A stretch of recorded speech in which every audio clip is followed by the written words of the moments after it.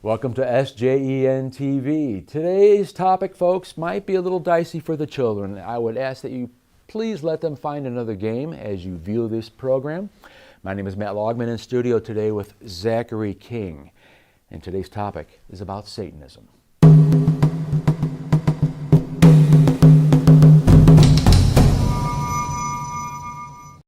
Welcome to SJEN TV.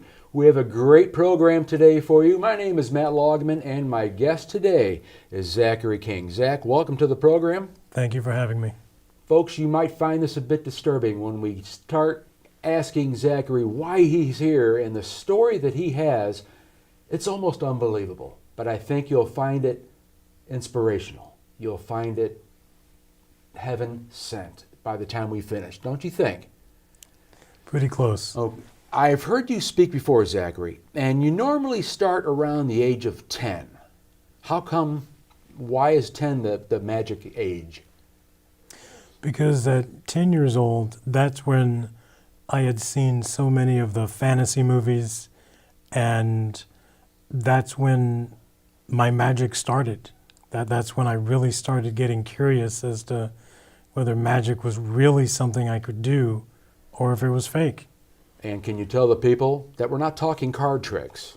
Yeah, there's two different types of magic. There's magic, which is sleight of hand and illusion, card tricks, things like that. And then there's magick, and it was changed in the way it was spelling by Aleister Crowley, who wanted to make there to be a such thing as satanic magic or sleight of hand. Age of 10, and you're already practicing the K in magic. Well, yes, but I wanted magic to work. I was so fascinated with levitation, and levitation is where Satan got me because Superman can levitate. You know, I associated flying with levitation. So I wanted to be able to do that. And, you know, the first day of school in the 5th grade, and I was 10 years old, this kid came up to me and he said, "Meet me in the bathroom at the first break." So that was at 10:20 in the morning, and I went into the bathroom. There's 49 other children in there, boys and girls, and they say, "We're going to turn off the lights and chant a phrase into the mirror, and if we do it right, the spirit of a burn victim will show up in the mirror." And, you know, I thought, okay, I mean, you know, I'm a little naive kid, sure, let's do this and see what happens. And we did the phrase, the lights are out, we chant this phrase X number of times, and suddenly this scary face appears, and 49 kids run screaming out of the bathroom. And there was one idiot, now I can call him an idiot because it was me, decided, I did this. I said a phrase 11 times, and suddenly this scary face appeared. And yeah, I thought it was the spirit of a burn victim. I didn't know any better. I didn't know it was a demon. I thought, I made this happen. This is the coolest thing ever. But notes got sent home because kids started getting hurt. I mean, we're like in a panic to get out of the bathroom. The door's only so big. Yeah, the door's only so big and there's 50 of us.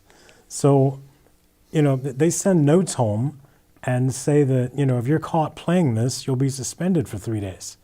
I had to take that note to my dad, and he wasn't too happy that the note got sent home. And I lied and said, no, I never do that. And then I started playing the game at home because, you know, that's so much safer to bring the demon into your house. And, you know, when I was at school, I played it once a day. But now that I'm playing it at home, I'm playing it every chance I get. And I'm playing it as a result about 25 times a day. Zach, was the face always the same? Yes. So it was the same demon. It was the same demon. It was a very dark skin, snarling. I mean, I didn't know any better that it wasn't a spirit of a burn victim because it looked like somebody that had been blackened in a fire. So your youth, you were brought up in the Baptist faith, is that correct? Yes, that is correct. And at no time did you think what you were doing was okay or was wrong? Because you kept it from your folks, obviously. Right. Well, you know, you don't let your parents know everything. And, you know, my Baptist preacher, we had been taught that Jesus defeated the devil 2,000 years ago on the cross, and the devil is no threat. And we were also taught that the devil was afraid of the Baptist church. So I mean, if you don't think the devil is attacking you, then whatever satanic attack you're getting, it's open season for you. I mean, that's happening to you every day, but you're not believing it's the devil doing it. So you think you just have a spirit of a burn victim? Yeah, spirit of a burn victim, and everything's okay. All right, so let's continue from there. You're still 10 years old. I'm still 10 years old. And I'm really, I'm playing Dungeons and Dragons every weekend. And I'm always the wizard or the sorcerer in that. And magic consumes me. I want this to be real, but I don't know if it is. And finally I thought, all right, I'm going to do a magic spell in real life. It always works in the game, but that's a game. And it always works in the bathroom when I'm doing the chant, but I don't know if that's a magic spell or not. So I thought, I've got to do a magic spell in real life. I don't like my weekly quiz, but I don't want to hurt anybody. I just thought, if I could get some cash, that would be cool. So I did a spell for money, and I got my spells out of the D&D book. I thought if I did this in real life, maybe it'll work. So I did a magic spell for money, and the next day I went out and I found a can of tennis balls with a $5 bill in it. And I thought, all right, that's kind of cool. This is 1976, so comic books are 15 to 20 cents, candy bars are 20 cents, and penny candy is a penny. I thought, $5, I can get a good amount with that. Living high on the hog. Yep, but this could have been a coincidence. So the next Friday, I did the spell again. And the next day I went out and I found a $10 bill on the side of the road. I'm pretty excited. In 8 days, I got $15. And, I'm thinking I can nickel and dime my way up to being a millionaire, but, still could have been a coincidence. So I did it one more time, and I thought, if I do it this last time and it works, I'll be convinced magic is real. So, but I did it in my bathroom because I did the magic spell. About halfway into it, I stopped. I did the Bloody Mary chant, and then when the face showed up, I made sure it knew I was doing a spell for money. And I thought, I don't know what this face is, but maybe I can harness this. Maybe I can use this. Does it move or talk or at least voice anything? Nothing. It just appears. It just appears, and it's just kind of like just floating in the mirror. That scare me. I was stupid. I didn't know I was supposed to be scared. And so I made sure it knew I was doing this spell for money, and then I finished out my money spell. And then the next day I went out and I'm playing, and I was in a large unpaved parking lot, and I found what looked like Monopoly money rolled up tight in rubber bands. So I stuck that in my pocket and I went about playing. And later that night, everybody's in bed asleep. I'm in my bedroom, and I've got a sheet up over my head and a flashlight in my mouth. And I'm just like all excited. What is this treasure that I've got? And I unravel a bunch of rubber bands, and it looked like Monopoly money because I had never seen a $100 bill. And when I unraveled everything, I had 10 $100 bills. And knowing that I'm worth $1,000, all my stuff that I want to buy is dirt cheap, and I can do this spell every day. So what did you do with the money? I hid it in my room. I had a piggy bank in my room that my parents would never open up because they know there's just nickels and dimes and quarters in it, so they don't need the money that's in there. And my piggy bank was about this tall. It was tall, red plastic. It was a giant pig. And I put it in that, and then I bought whatever I wanted every day. I'm worth $1,000, plus I could do the spell as often as I want. So you have a lot of material goods coming into the house. How does that get played off? Well, my parents had money. So I had, my mom had bought me like 20 pairs of shoes. So now I have 25 pair. I had a leather jacket, but now I have two. I have jeans that I want, and belts that I want. I had a giant walk-in closet. So do you have a best friend that you shared any of this with as far as what's going on? Okay. Yeah. because I thought that was cool. It's no fair, it's not fun to have a bunch of stuff if you can't tell somebody. Or brag. Or brag, yeah. I mean, you want to be able to tell. Plus, a lot of my friends now see, I mean, I was a little nerdy kid, so I didn't have a whole lot of friends. I mean, I played D&D all the time, so all my friends there are older kids, and suddenly I have money all the time. I have anything I want whenever I want it, and they know my parents don't do that. They buy me what I need, not what I want. But I've always got money to go get a candy bar, or multiple candy bars, a box of candy bars. I can buy pizza for my friends. I now have more friends than I've ever had because I have money. Oh, yes. They're not really my friends, but, I'm a little nerdy kid with What no about friends. the face in the mirror? Did your friends, did you tell them that you see this? No. Obviously, 49 other kids knew it was possible. Right. But my method of doing this was that I told my friends that I could do something for them too. I could get them money, or I could get them things, but I didn't tell them what I did. They just knew that suddenly they had money or I had money and they would give me a percentage of it. By working your spells for Right, them. right. Entrepreneur. Yes, but they didn't know what I actually did. All right, so let's continue on now. You're 10 years old, 5th grade, living high on the hog. Yes, and thinking that, I could do this. My favorite car at that time was a Lamborghini Countach, and that's what I wanted. I wanted a Lamborghini Countach, and, I'm not thinking, how do I get to the Lamborghini store? How do I get my Lamborghini back home? My dad has to drive the car. There's insurance. I'm not thinking of any of that. I'm just thinking, I'm looking at it from a 10-year-old's mentality. I'm going to go someplace and buy this car, and that's going to be my car for the rest of my life. And, I thought, I can do this. And I was doing, I talk about that being my spell, where I got $1,000, but I was doing those spells almost daily. It didn't matter that I had $1,000 in my piggy bank. I know that eventually I'm going to run out of money. So I was constantly doing those spells to see what else I could get. Now, when I was a kid, $1,000 is the most I ever got. I usually got $10 or $5, but that doesn't stop you. I mean, the devil makes a promise to you, kind of.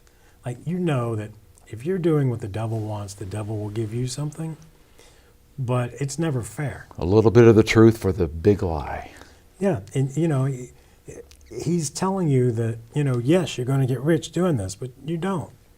You're doing everything you can do, but he's giving you $5, Sure. $10, $20. So we got some Here's poor $1,000. choices going on here, though. Oh, So absolutely. now you're being led into, I guess, a group of people that you admired from afar. When I was this kid, I used to play D&D with a large group of kids, and one of the kids that I played with, I used to go to school with, and then he stopped going to school, and he stopped playing D&D, and I thought he moved. We just stopped having any contact with him. And then when I was 12 years old, this kid came back. We were like, hey, where'd you go? And he said he was being homeschooled. And, I didn't even know there was such thing as homeschool. And he's being homeschooled, and he said that he plays D&D with a group that thinks magic is real. Well, that kind of intrigued me because I know magic's real. I know this is something you can really do. And he tells me about this place. Like, my house, we've got a 19-inch color TV in the living room and a 13-inch black and white TV in my bedroom. Over there, he tells me about, they have this 50-inch projection screen TV.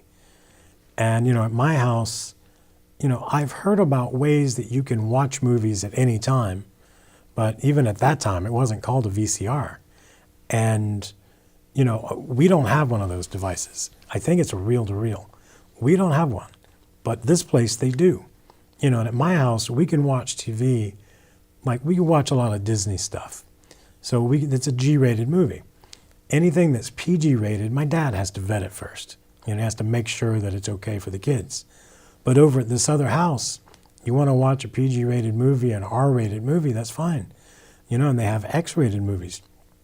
And X rated movies in it with kids in it my age. So there's adults and kids Yeah. at this house. Yes. Is it like family or just like a commune or? It's a satanic coven, but I'm not realizing that's what it is. So it's sort of like a youth center for the town, and Oh boy. it's not an official youth center. I mean, it's not like, the city or the whatever, they haven't officially said this is where you can go to hang out. But there's so many adults there all the time, and there's kids there all the time. Some of the kids are the kids of the adults that are members, and some of them are just kids that go there to hang out. I mean, we had, like I said, my parents had money, but there were kids there that they sometimes would show up and say, we don't have food at our house. And so these people would take groceries to the house, or somebody can't make their mortgage payment, or they can't make their car payment, or they need a car. And these people would donate money to them or help them out. So there was always something. I mean, if I had a fight with my parents, I could come here and they would help me, like counsel me, and talk me into going back home. Your parents are not bad people. They just have their style, their way of raising you. But my parents, as I explained, my parents are the no police. No matter what I wanted to do, the answer was always no. The Moody Blues are coming to town. Can I go see them? No. There's a new movie coming out. Can I? No. I'd like to do this. No. Dad, no. It didn't matter what. I mean, I sometimes think that if I had asked my dad, can I live strictly on vegetables, he would have said no just because I wanted to do it. What part of the world, country, state, where'd you grow up at? Florida. Florida, okay. So it's not the Midwest, because I think a lot of Midwest people would think, I'm not letting my kid hang out there if I don't know these people. But yeah, things were different back then. Yeah, they were. I mean, this is before the internet. This is, TV shows weren't that bad. I mean, my parents talked about how horrible things were, but I mean, the worst we had back then was like Three's Company. Which if you look at Three's Company versus any show we have now, it was very innocent. So you have access to movies that you shouldn't be watching. Right. People who think magic is real. Right. So how do things progress from here? Well, I had been a victim of a sexual assault when I was 11, and that was at the hands of a female teacher at school. Nowadays you hear about this stuff almost every day. But when I was 11, that was 1977, and you didn't hear about that kind of stuff. So when that happened to me, and I was told, it would be my fault. If I said anything, I would be in trouble. I'd be expelled. I'm going to prison. It was my idea to do it, and obviously I enjoyed it. So, if I'm caught, I'm getting in all this trouble. And so what gave me comfort and solace was magic. But there was no one I could tell. There's nothing I could tell about that. So then when I'm 12 years old and I start going to these other coven meetings, which I don't know as a coven, but I'm practicing magic, and I'm eating potato chips and candy bars every day because they're saying yes, and I'm going to concerts and I'm going to movies, and 12 members. I went to one of the largest Baptist churches in town, and we had, I think, 12 deacons. 11 of my deacons belonged to the Freemasons, and 11 of my deacons belonged to my satanic coven. So when my parents would drop me off, they know all the deacons. They know most of the kids I hang out with because I go to school with them.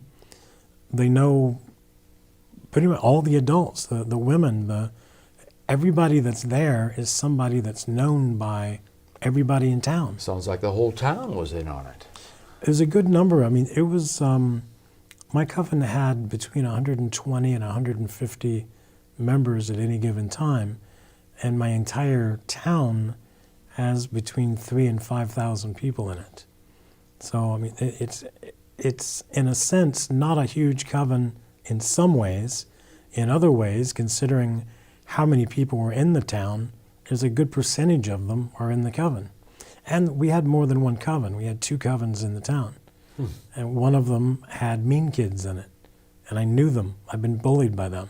So I knew not to belong to that coven. You know, and this coven, I mean, I'm being told that if I want to be in movies, like what happened to me when I was 11 was terrible, but now I can get my power back, which we don't have. No one has power. But, you know, I was told that you know, I could get my power back, that I can have sex with anybody I want. Nobody can tell me no. I can tell anybody no that I feel uncomfortable with.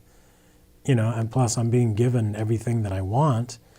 And, you know, so I'm participating in a lot of nefarious things.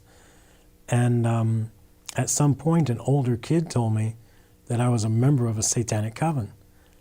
And I thought, no, I'm not buying that. I've seen all the creepy movies, you know, and there's creepy music that plays, and when the bad guy's on the screen, you know, like when you watch the old Adam West Batman series, when the bad guy's on the screen tilts. The bad guys are crooked, you know, and then when Batman's on the screen, you know, then it's back to seeing how things really are, you know, and I thought, I'm not seeing anybody crooked. I'm not seeing the bad guy. You know, Satan's letting me eat candy bars and pizza for dinner every night, and I can come over for sleepovers whenever I want, and my parents are okay with these people. Of course, I'm not telling my parents what's really going on, but, you know, everything's acceptable. Everything's okay. So you don't believe it's a coven, and then you ask someone. Yeah, I got, after a couple of weeks of then starting to notice what's happening, how some people dress, some stuff that they do. There's events that happen sometimes late at night that I'm not allowed to come to. And I'm asking why. Now, I hadn't asked before. I didn't care. But now that somebody told me it's a satanic coven, now I'm like, well, maybe that's why I can't come late at night, because So why didn't you run? Because Snicker bars are my favorite food in the world. And they're letting me have all of them I want. You know, they're letting me do anything I want to do. You know, I went up to an adult that I trusted and I said, hey, you're going to laugh, but I heard this is a satanic coven. Crazy, right? And I'm waiting for him to burst out laughing. But instead he confirms that it's a satanic coven. And, you know, then I was scared, you know, and I was like, am I a member? No, would you like to be? See, and now's the moment where I'm thinking about running, but not seriously. And I'm addicted to porn. At the age of 12. At the age of 12. And Snickers bars. You know, and Snicker bars, yes. So I'm addicted to porn, and you got to be 18 years old to buy porn. I'm 12. You know, I'm smoking cigarettes almost every day. Got to be 19 to buy cigarettes. I'm still 12. You know, I'm drinking almost every day. I'm getting drunk almost every weekend. And you got to be 21 to buy booze. I'm still 12. And I'm taking illegal drugs at least on the weekend. I don't know where to get that. And if I stop going, I'm having sex every weekend. I'm liking having sex every weekend.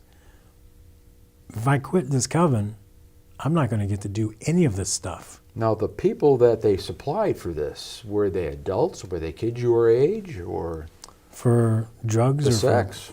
For the sex, adults bought it. I mean, you know, I'm thinking I'm winning. I'm having sex every weekend, and this is the coolest thing in the world.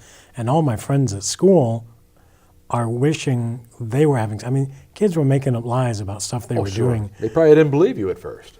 Well, I didn't brag on that a lot because I didn't want to get caught. I didn't want anyone to say, well, Zach, I heard you were having sex all this time. You know, I didn't want somebody to come and actually confirm that something like that was happening. So I wasn't bragging on that. But, you know, there were some of the girls at school knew me from the coven, and they would flirt with me openly in front of everybody. You know, they would kiss me in the hallway, you know, or hug me or do something that they shouldn't do. You know, and all my friends were like, "Whoa, what's going on there?" Wasn't he a geeky, nerdy kid at one time? Right. You know, and suddenly I'm cool. I think the coven knew what they were doing. They're kind of reeling you in, giving you all these things that a 12-year-old boy in America would, even though they know it's wrong. Right. So, you know, when I thought about everything I would lose, you know, I'm losing all my privileges if I quit. You know, I was like, all right, so what has to happen? What do I have to do? And they told me there was 13 steps involved, and I had done almost everything already. So what I had left to do, I had to slice my left thumb because it's closer to your heart, and you have to bleed onto a document. And then you have to sign the document in 3 places in your blood. So the blood of Jesus washes away all sin, but not mine. And I sign that. Jesus died for everybody, but not me. And I signed that. And on the final page of a 5-page document, I agreed to sell my soul to the devil. It's impossible to do. I mean, if there's anybody out there that thinks I can't be redeemed because I sold my soul to the devil, you didn't sell your soul to the devil because it's impossible to sell what you don't own. But I was 13 years old and didn't know any better. So I agreed to sell my soul to the devil. And then I went to a coven meeting where the entire coven was there. And I was in a white robe. It signifies you're losing your innocence. And you're baptized, full submersion, in a vat of human blood, pig's blood, and human urine. You come up out of that, you go into another room and take a shower, and come out in a black robe, and it signifies being baptized into a world of darkness.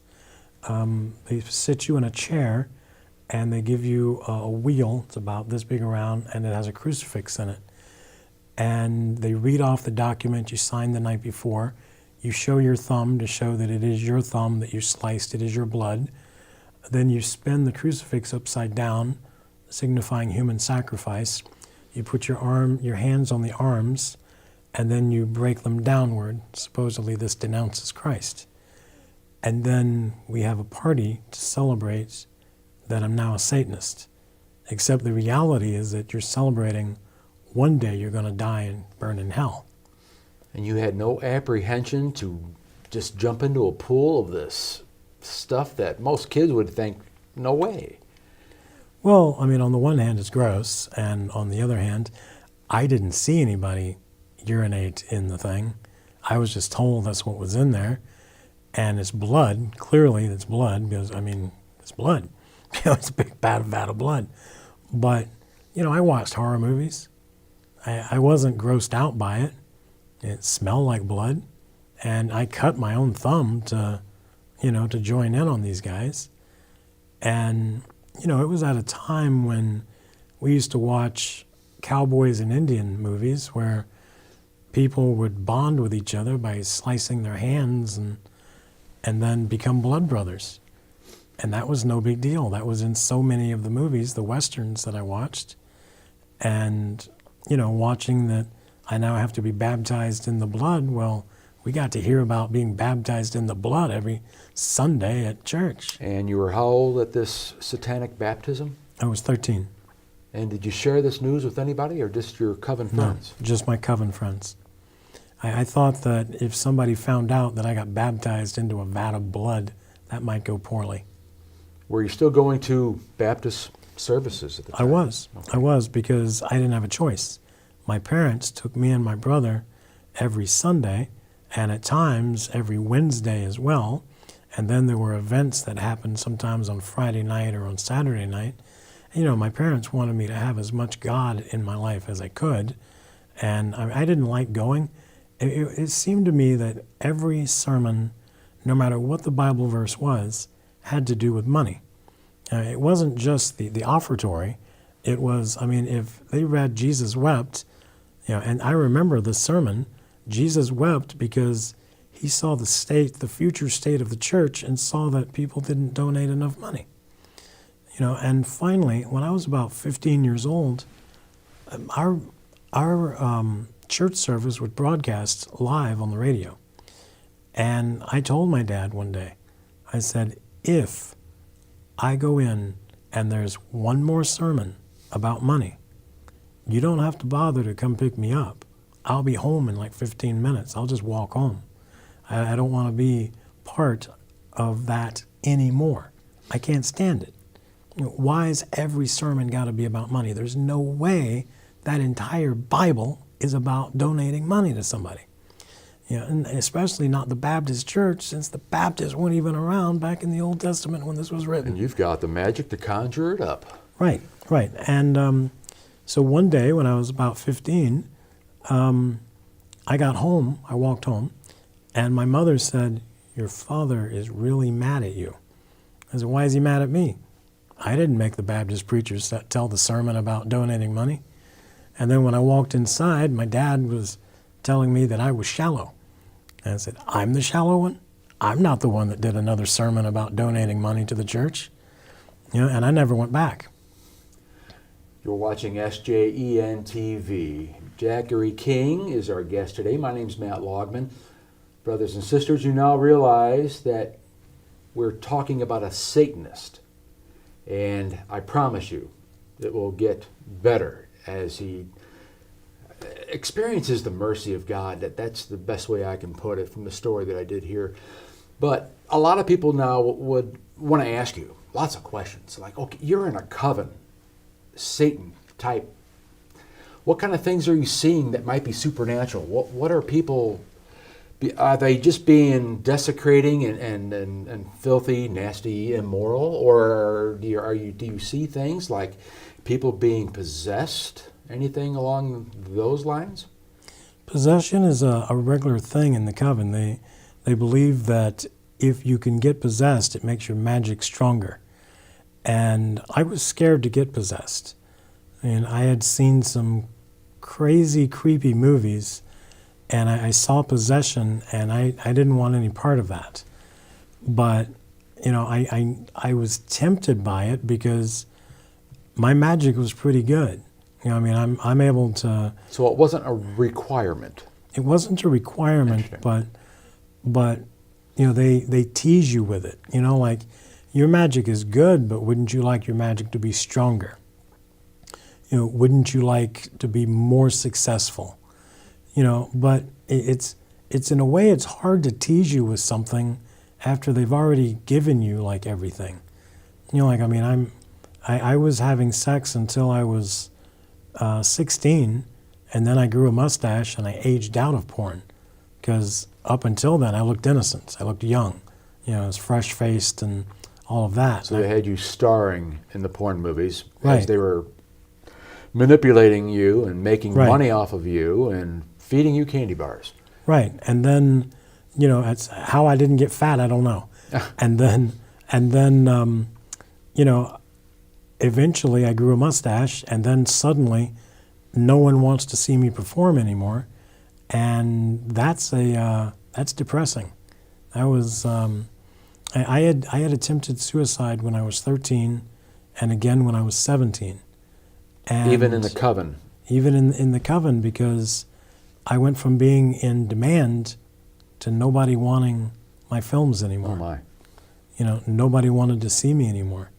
And I went from being super popular to being unpopular, but no more unpopular than I was prior to the coven. I just wasn't as popular as I used to be. Doesn't sound like good popularity here, though. But Right, it's not a positive thing, but things are happening, and especially bad things are happening to you. You're not studying them. You're not seeing what's the underlying root cause here. What's really happening. You're not looking at any of that. so you speak of magic. What other spells besides the money, which I understand, although I would not go that route to get it. Right. But what other spells were you doing that were successful that you could say, my magic is good? I did magic spells for sports teams. Now, I only did them because I was gambling. I was betting on them. And, when you're contacting like a bookie, I was using an adult to do it because I'm 13, 14 years old and I sound like I'm 9, so I don't have the voice to talk to an adult and say, hey, I need, whatever put down on this team, or, whatever, what is the spread on this or whatever, but I've got an adult that's doing it for me. But I mean, if I'm going to truly gamble some money, I'd like to win. So everybody likes to win. So gambling. I'm doing magic spells for certain teams. And this was taught to you? How do you come up with a magic spell for a winning sports team? The same way you do magic for anything else. You just modify your magic spell to fit what you're doing, what you want. But I liked things. I liked my first album I ever got was "School's Out" by Alice Cooper, and I think that was $6.99. I'm giving away my age now. $6.99 for an album. The next thing I bought from that, I think, was Kiss Alive 2, and it was a double album set. This would be 4 CDs, and Kiss was like the coolest rock band in the world to me.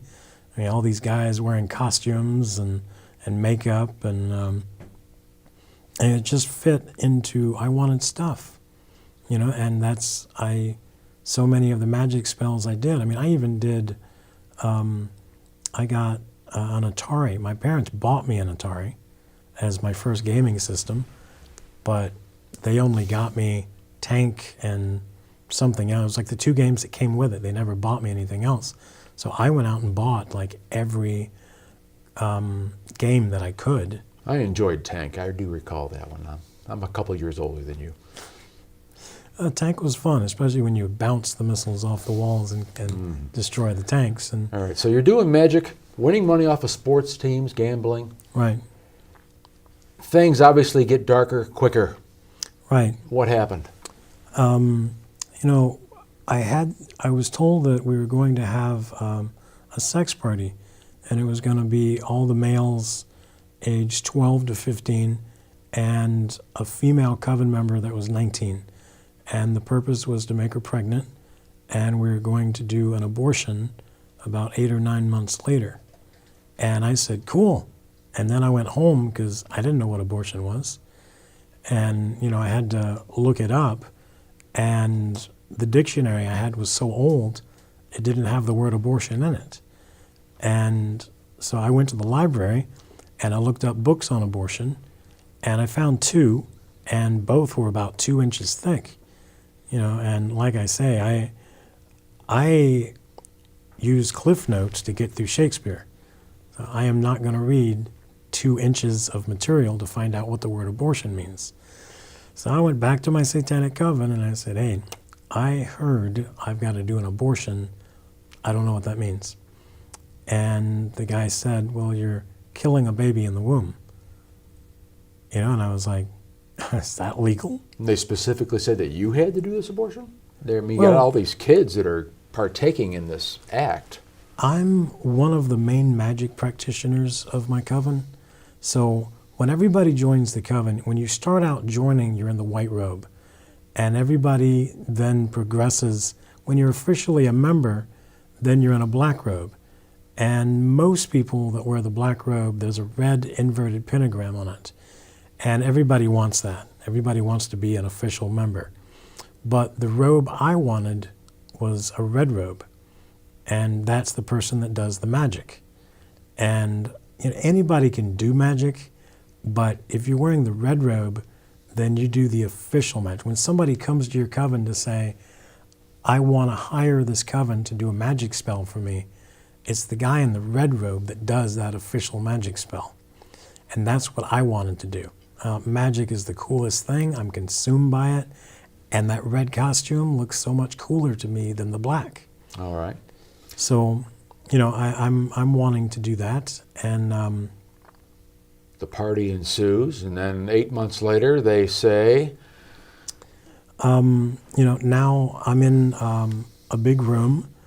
There's like 150 members of the coven there.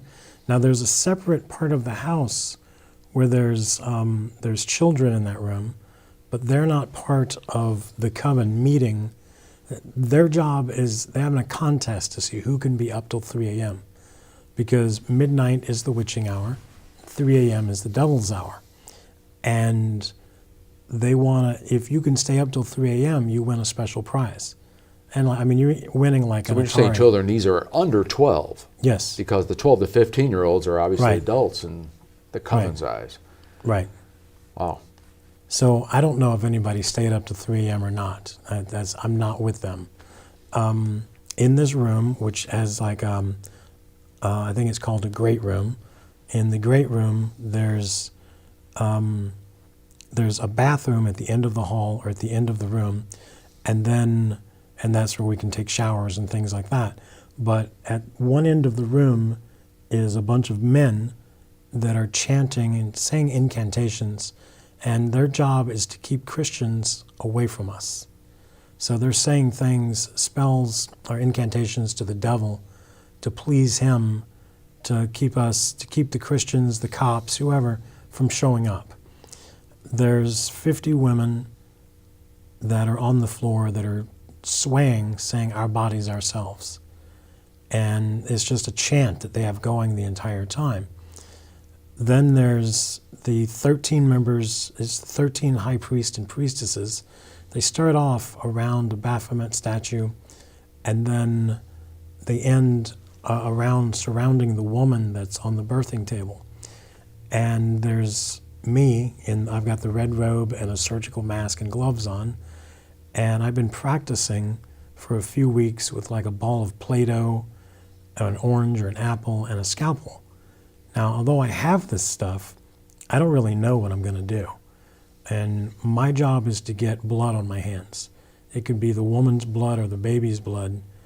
But again, there's not like a video I can watch that shows me what I'm supposed to do. Thank you.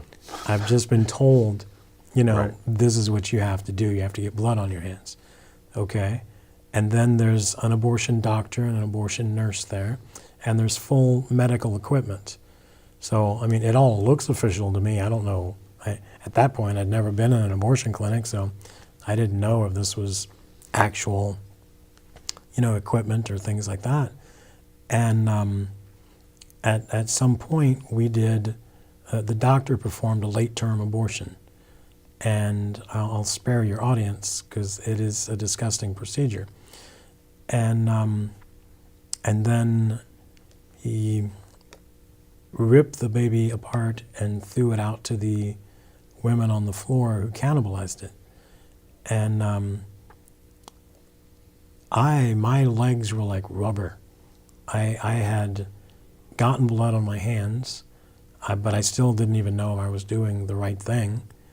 And we had done, there's a spell that works up to this. And then once the spell is complete, then you do the abortion.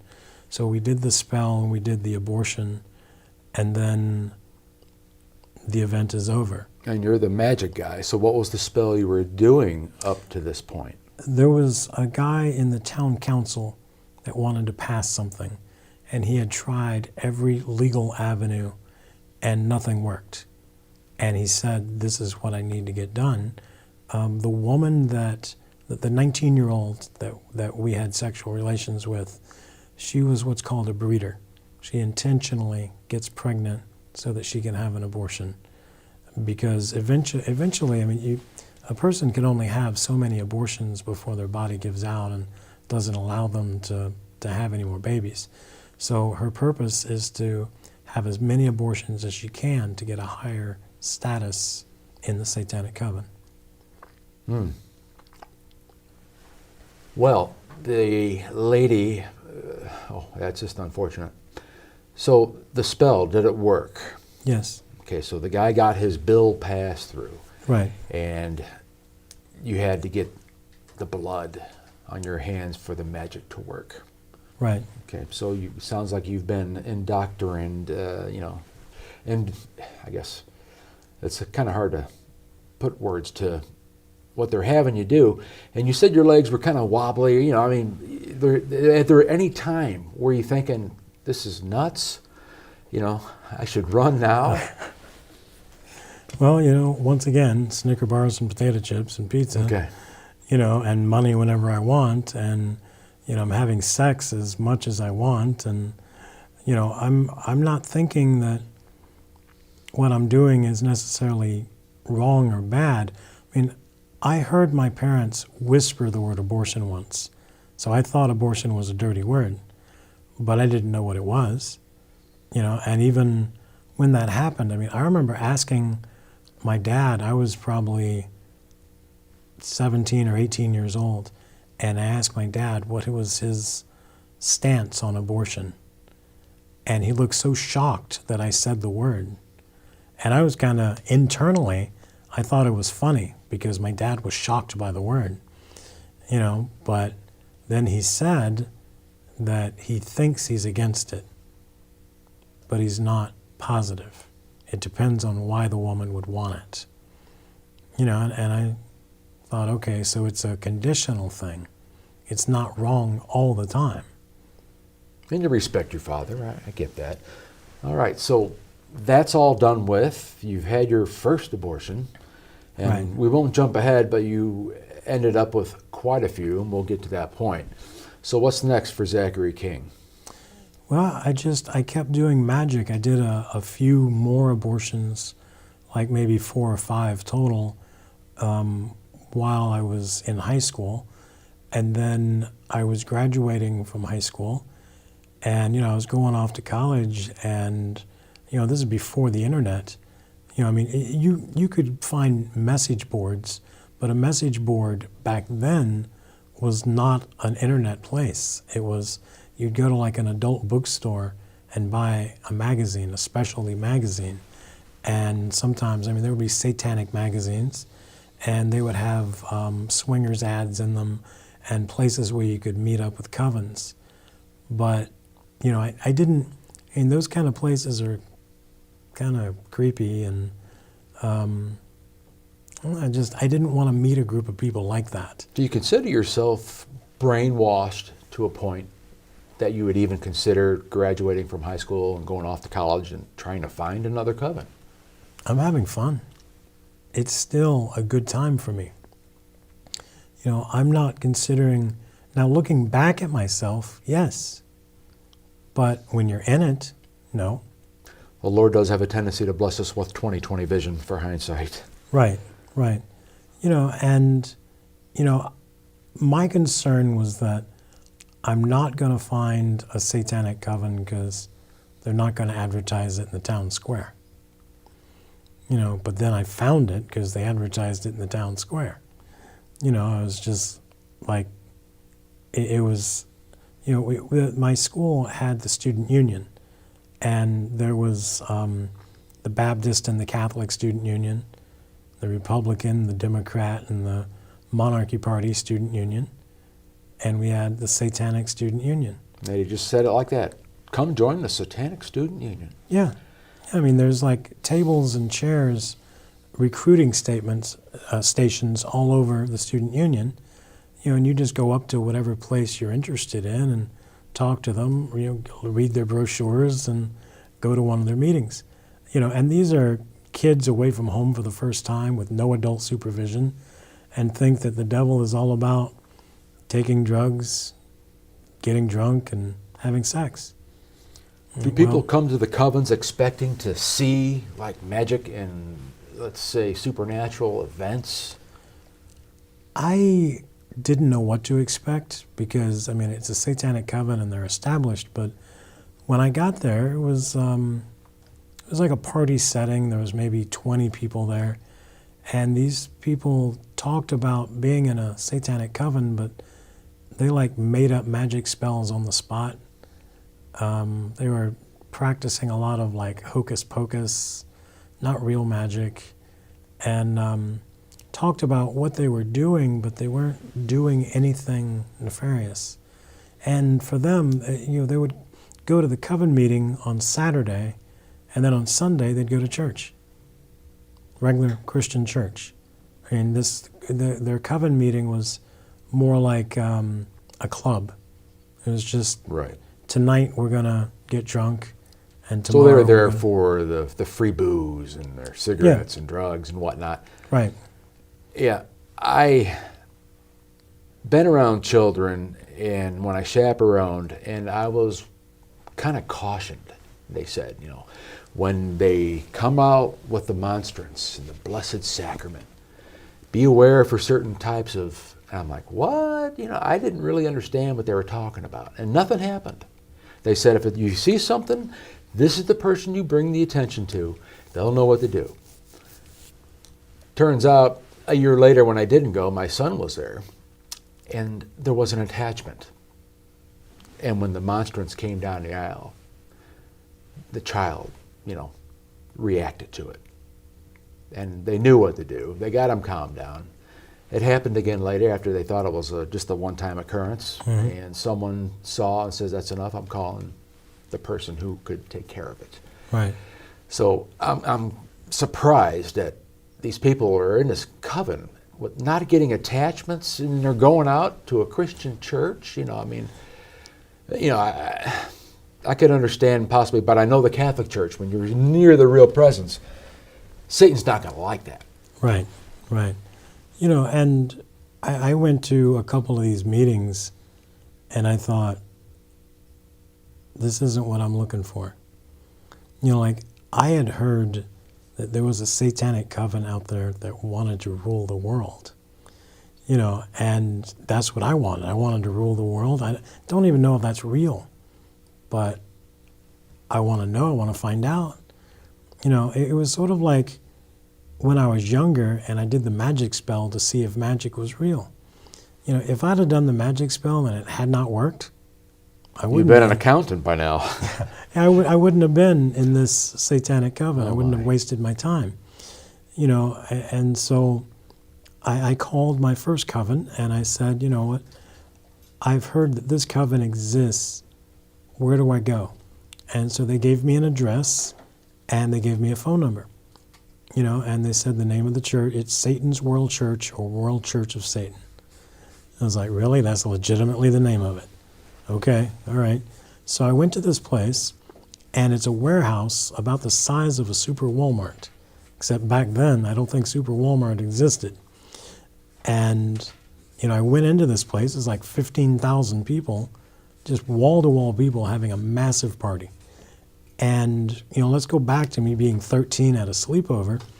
One night, I woke up to go to the bathroom, get a drink of water, and I saw this guy in a tuxedo. So he's wearing a black tuxedo, and he's got a wand and a top hat and corpse paint on his face. He looks like a member of KISS wearing a tuxedo. And I thought, that is the coolest look ever. I don't know who that is, but so the next day I was like, hey, I saw this guy last night. What is that? And they were like, you're dreaming. You didn't see that. Oh, all right. So this is adults lying to me. One day I'm going to find out what that is. I'll just store that away in the back of my head somewhere. So one day happened when I was 18 and I was at this party. And I saw not the same guy, but the same look. And I just think, I want to do that. Whatever that is, I want to do that. And I grabbed somebody close to me. I said, who is that? What's that? How can I do that? And they said, well, what was your coven like? Like, who was in charge? And so we had a really big satanic coven.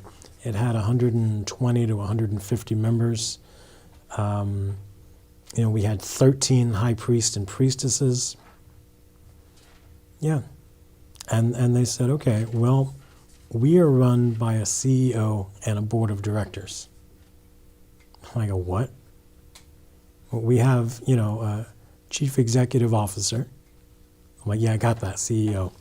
And a board of directors.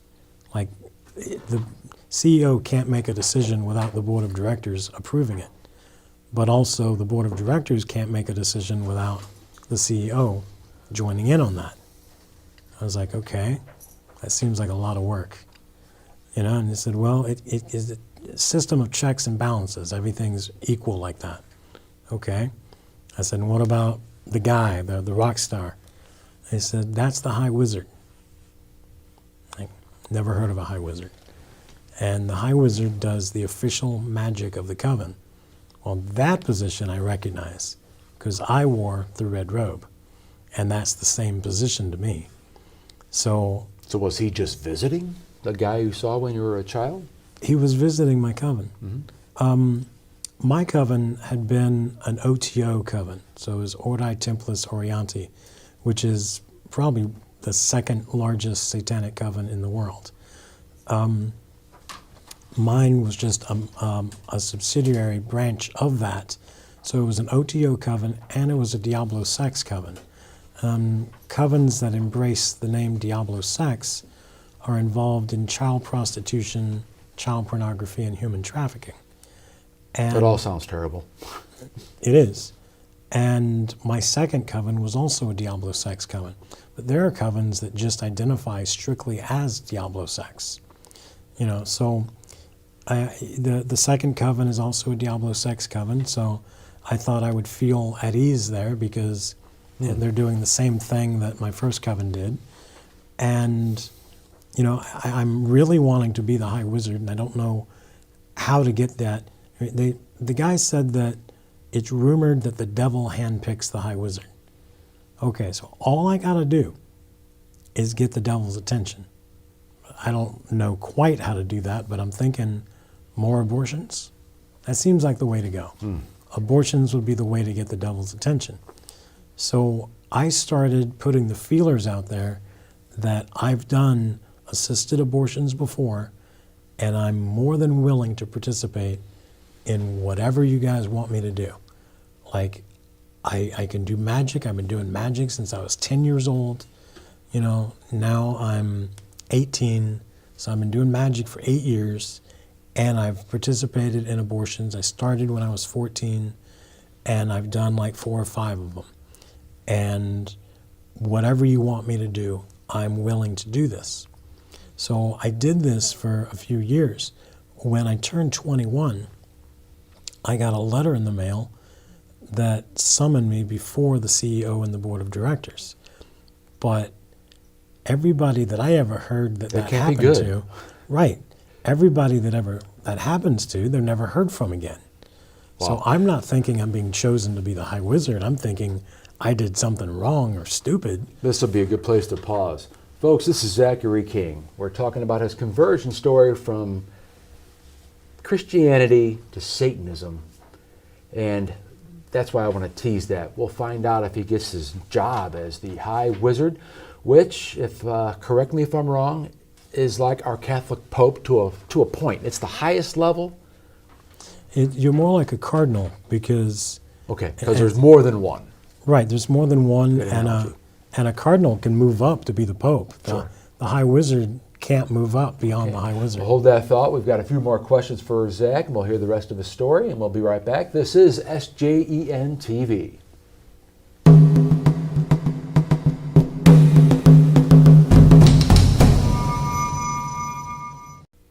And we're back. This is SJEN TV. My name's Matt Logman, and today I am talking with Zachary King.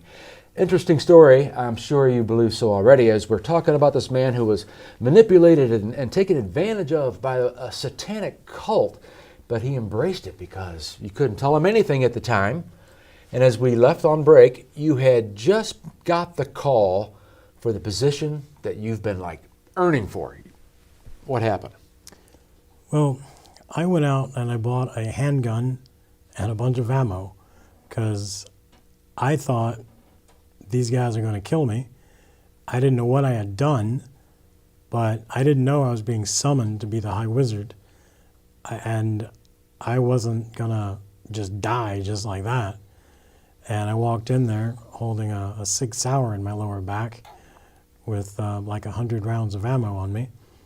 And instead, they handed me a very hokey handbook that said the High Wizard Handbook, and they showed me 9 versions of a costume that was basically a tuxedo with a top hat and a wand or a cane and corpse paint on my face, and said that I could customize my own look.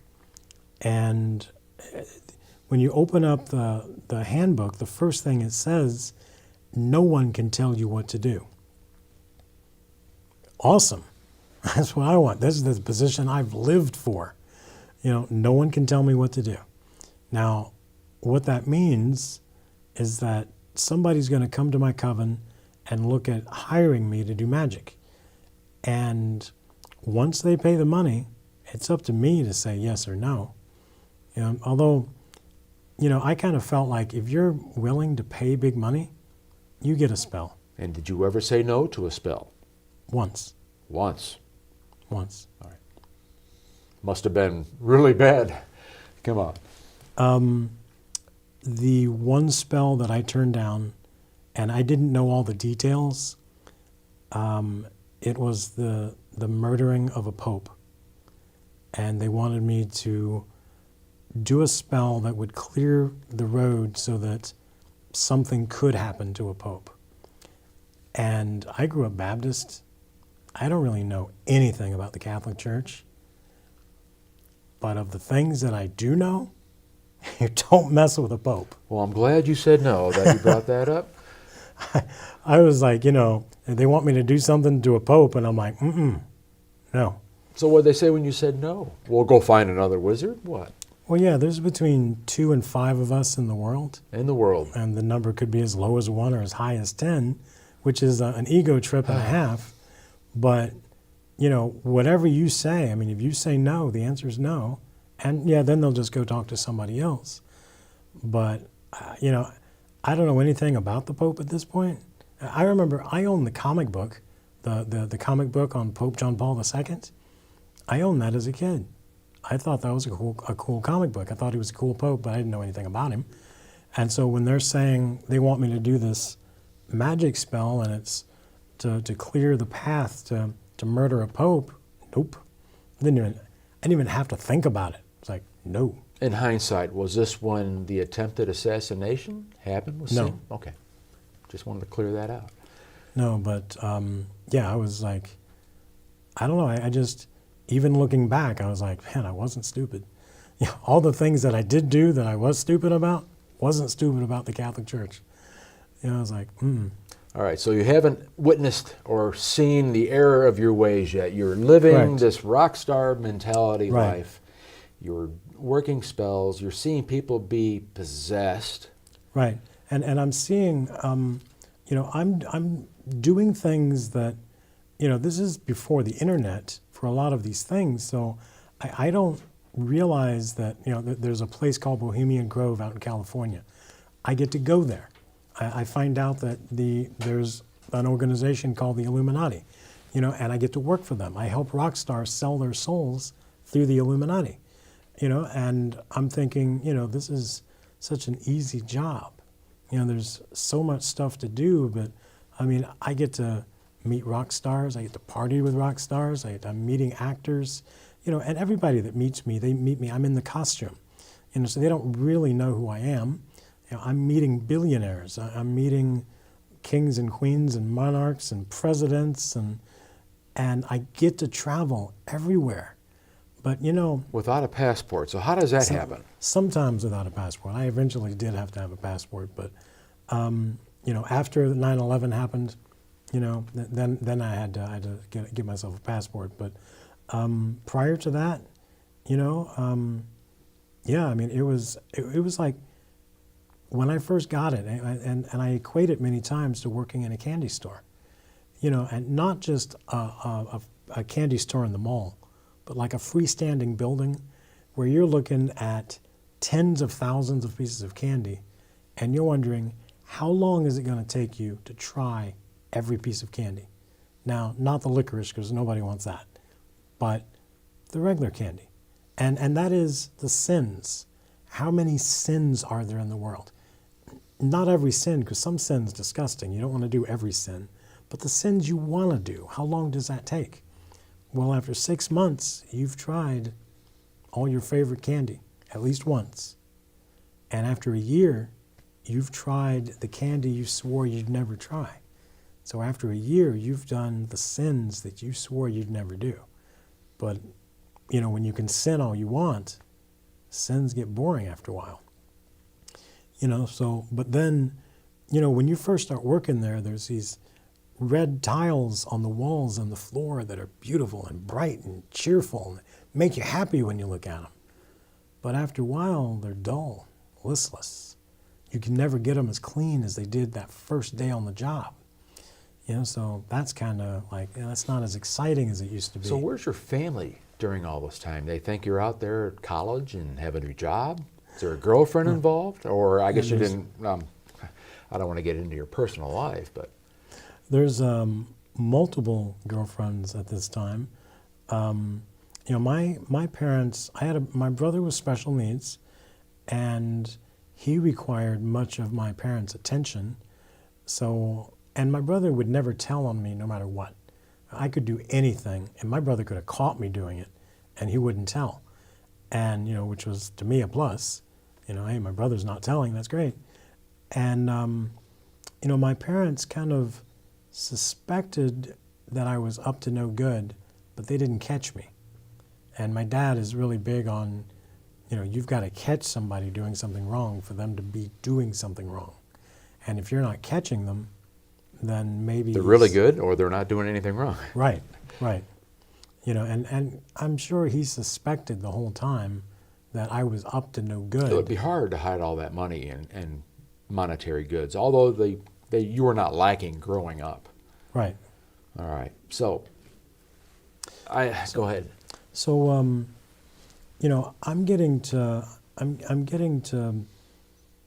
I get to travel. I get to meet rock stars. I get to do all this stuff that's fun, but after a while, you have to travel. You have to sin because it's expected of you. You have to meet these people. You have to do magic spells for them. I don't want to do this stuff, but, let's go back to, there's 3 ways to escape. I can kill myself, I can be murdered, or I can die of natural causes, and all 3 of those methods, I end up in hell. And I don't want to die.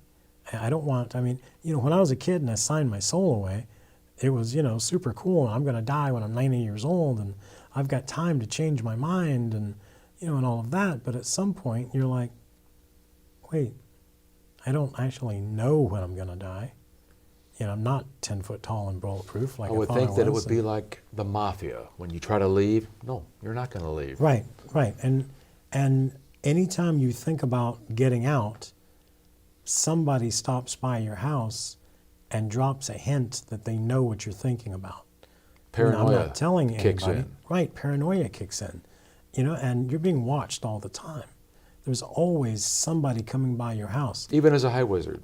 Even as the high wizard, So they're watching especially their the back. high wizard, they're watching everything you do. And you have to write reports on stuff that you're doing, your magic stuff, everything has a report. And, you start thinking, okay, I've got 2 bank accounts. One has $85 million in it, and one of them has $12 million. Now, the bank account that's really mine has $265 in it. But you have access to the other ones. I have access, but everybody watches if any money comes out.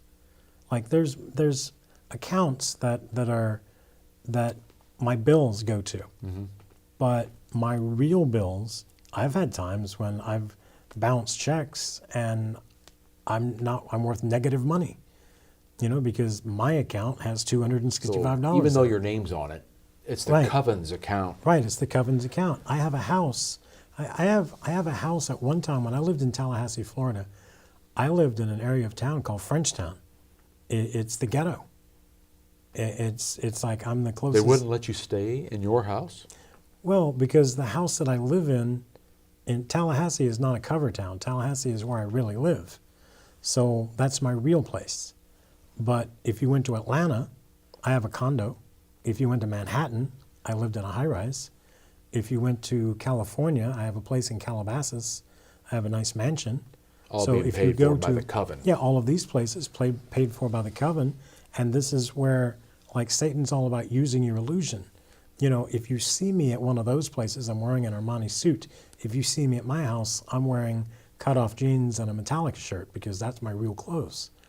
I have a garage in Calabasas that has 12 cars in it.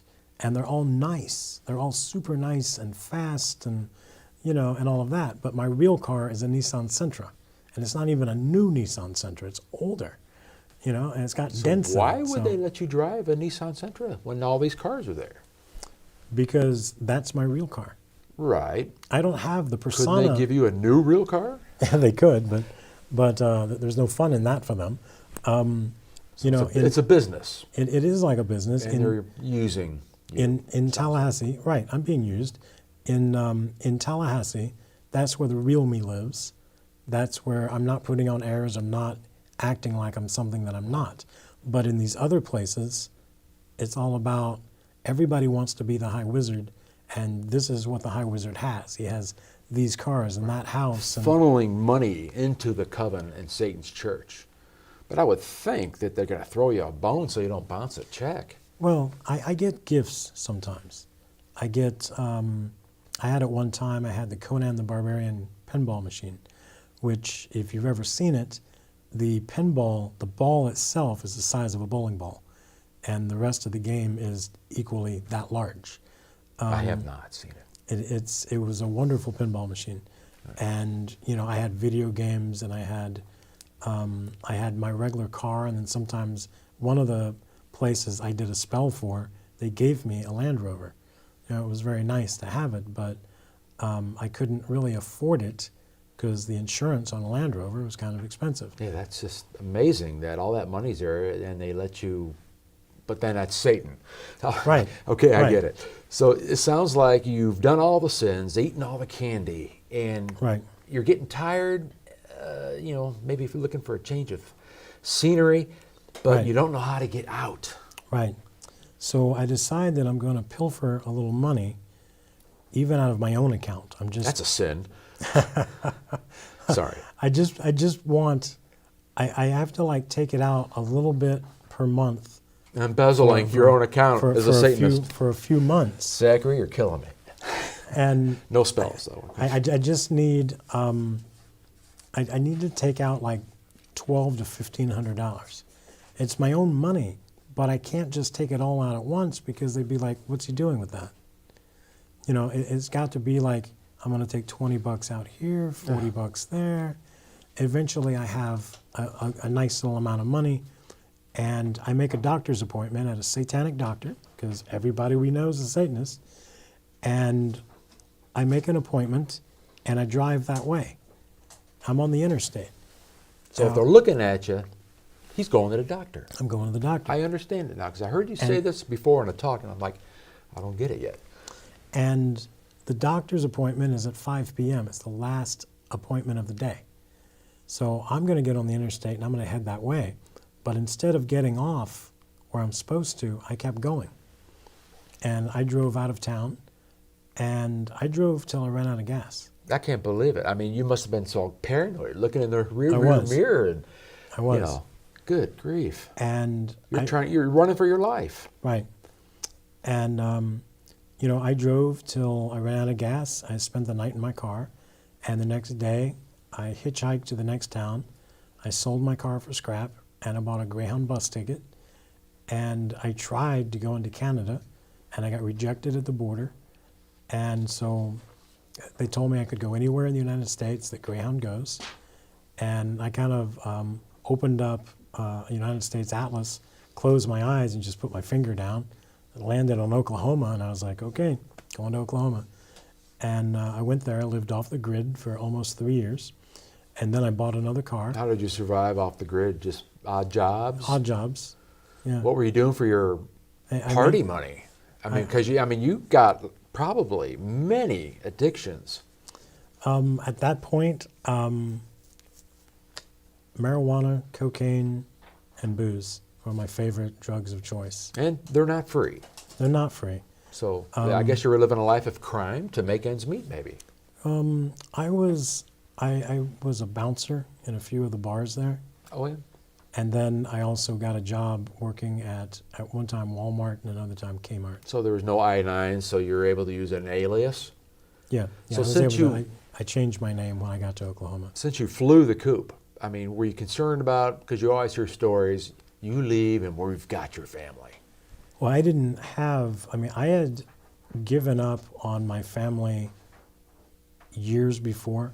I stopped contacting them. I didn't want my parents drug into any of this. Wow. And, I made sure that there was nothing traceable to my parents. And how old are you now at this time? At that time, Off the grid?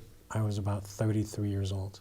And you were a high wizard for how long? So we can kind of keep 12 our years. numbers together. 12 years as a high wizard. So 21 to 33. I would imagine 12 years as a high wizard, you could write a book. It's a lifetime. Folks, this book is by Zachary King. It's called Abortion is a Satanic Sacrifice. You probably won't get no arguments out of the pro-lifers that I know. But the fact that Zachary knows it's a satanic sacrifice, in a nutshell. I mean, people will either believe you or he's making it up. How can we tell the people that it's a satanic, yeah, maybe, but not all of them, I've heard you make reference before that there's probably one coven member at every, place that they do these. Every abortion clinic usually has at least one coven member. And they can deny that. Sure. But, I know from going into them that it's true. They would invite you to come in to get blood, to have a good, powerful spell, and then just move along. Right. That's just amazing. And the women had no idea that they were being used as a devilish spell? Some of them did. Some of them did? Well, all right. So you realized, I guess, maybe the error of your ways yet. Obviously you're running.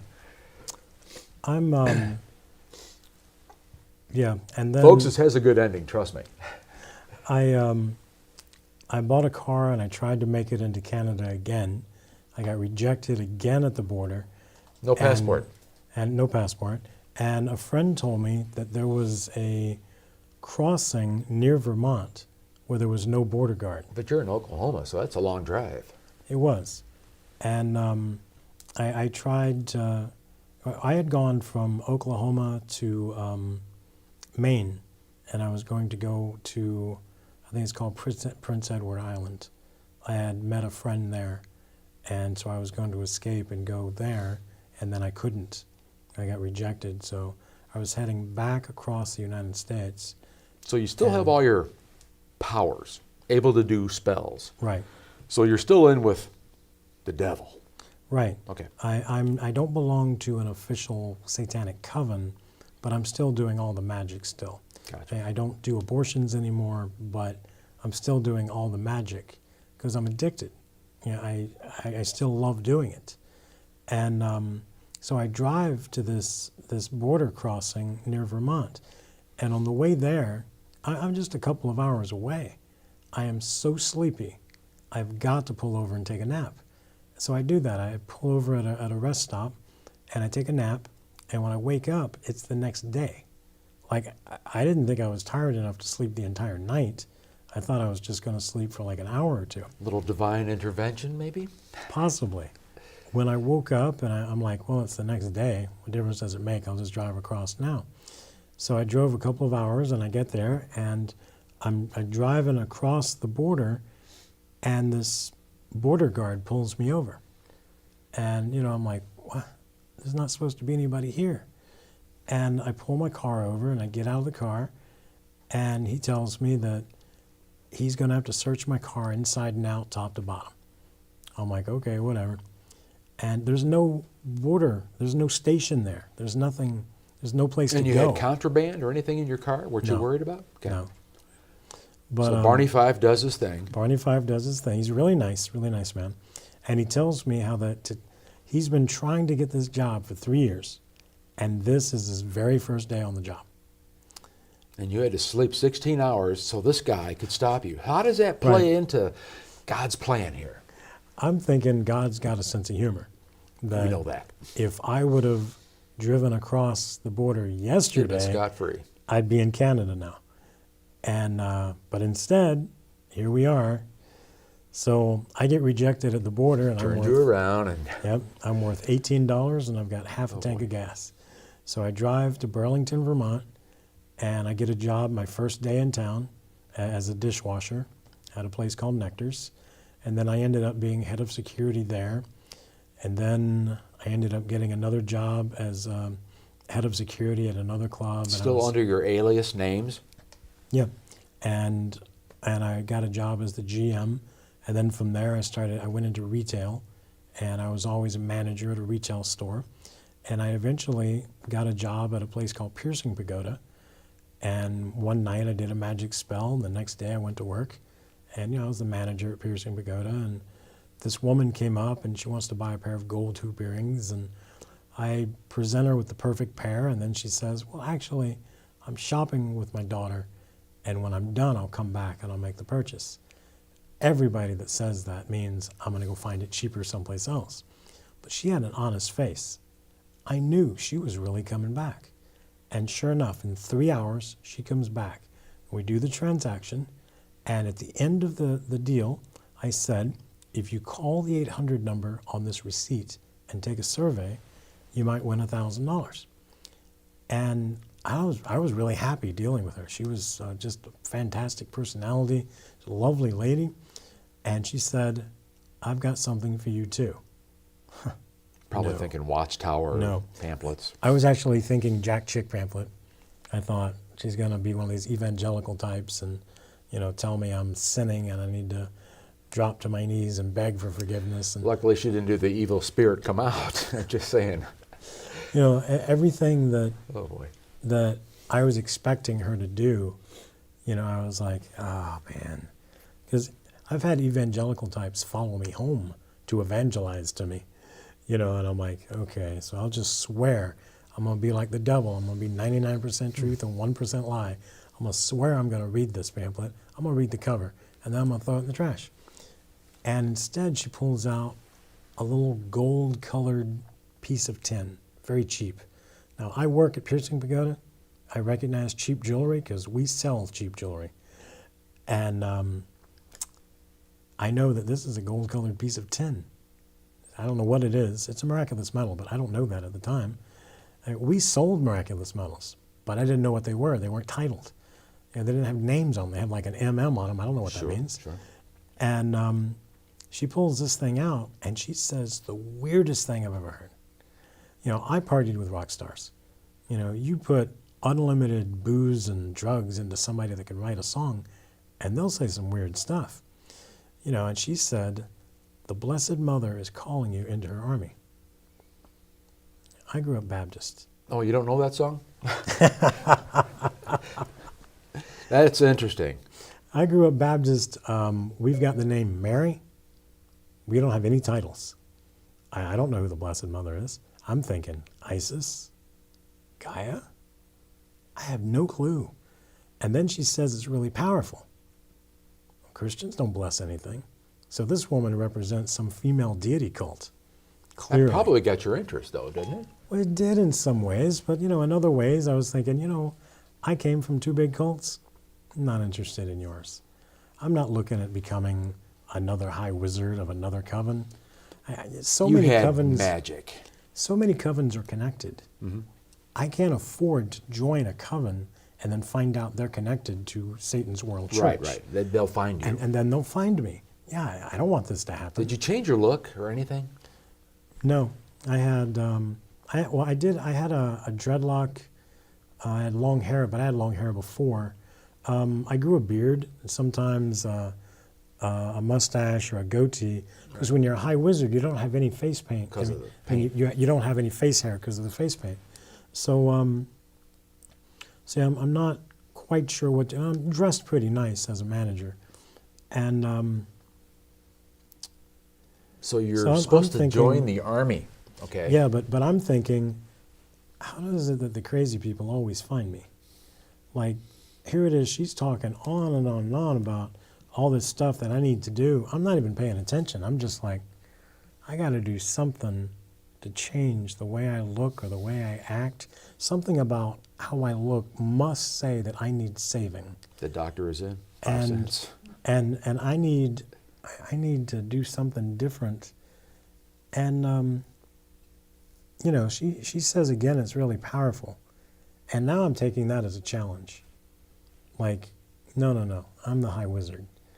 Now for the people that I want to, what was your percent you had a percent, there was a number to it, of success with your magic.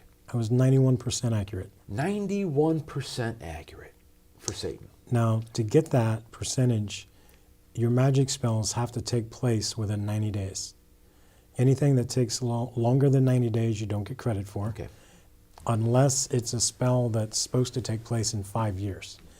And then if it's a timed spell, you get automatic credit because it's not fair that that credit, that goes against you. Because it's, Okay. you know, you're 91% accurate now, most likely that's going to come true. Okay, so we got the blessed metal. You don't know what it is. She's don't know what talking it on is. and on because I want to make sure that we get this in, and then we got to talk about what you learned about the rosary. So, so, you know, I'm thinking, I don't want to take this thing, whatever it is, but when she challenged me with it's very powerful, there's no way. I could have been the one high wizard out of 7 billion people in the world. There's no way that that little worthless gold-colored piece of tin can touch me. And I stuck my hand out. And she was all giddy because, oh my gosh, you know, he's willing to take the medal. And she drops it in my hand and I clench my fist around it. My plan is, because I could feel anything used in a magic spell, and I could tell you that was used in a protection spell. That was used in a death spell. Your friend found this at a garage sale and made up a story about it. You know, and I know I'm going to feel nothing. And I'm going to toss it on the floor, slam it on my counter, and tell her it's worthless. And if she wants to return the gold and get her money back, that's fine. And if she wants to call my boss and complain, my boss will never believe that I had bad customer service because I make my days, my weeks, my months, my quarters, and my year. So, you know, do whatever you want to do. But I'm going to tell her this is worthless. And she drops it in my hand and I clench my fist, all ready to tell her this stuff, except that when I clench my fist, my store and my mall completely disappeared. But you're still conscious. I'm still conscious, but everything's gone. I'm standing in a darkened void. It's me and the woman that gave me the medal, and she tells me about the magic spell I did the night before and says, and that's of the devil. And she tells me about the 100 plus assisted abortions I've done, and that's of the devil. And the 100 plus Baptist churches I helped split around the world, and that's of the devil. And she does about 10 more sins that nobody knows I did in this town, and she ends everything with, and that's of the devil. Very similar to the Lord with the woman at the well. He tells her life story. And she's like, how does he know this? And I'm terrified. And let's go back to, Yeah. I could have been the one high wizard out of 7 billion people. I don't have the magic to transport 2 people to a darkened void and know all of one of them sins. Yeah, I levitation, can't do that's that. nothing, man. This is good stuff here, right? Her magic is stronger than mine. I don't know what to do. I want to let go. Wow. But what happens if I let go and I fall through this darkened void? What happens if I don't find my way back to my store? I don't know what to do. I'm sweating. And she says again, the Blessed Mother is calling you into her army. But this time when she said that, I knew that was the Mother of God. And when I knew it was the Mother of God, Mary showed up.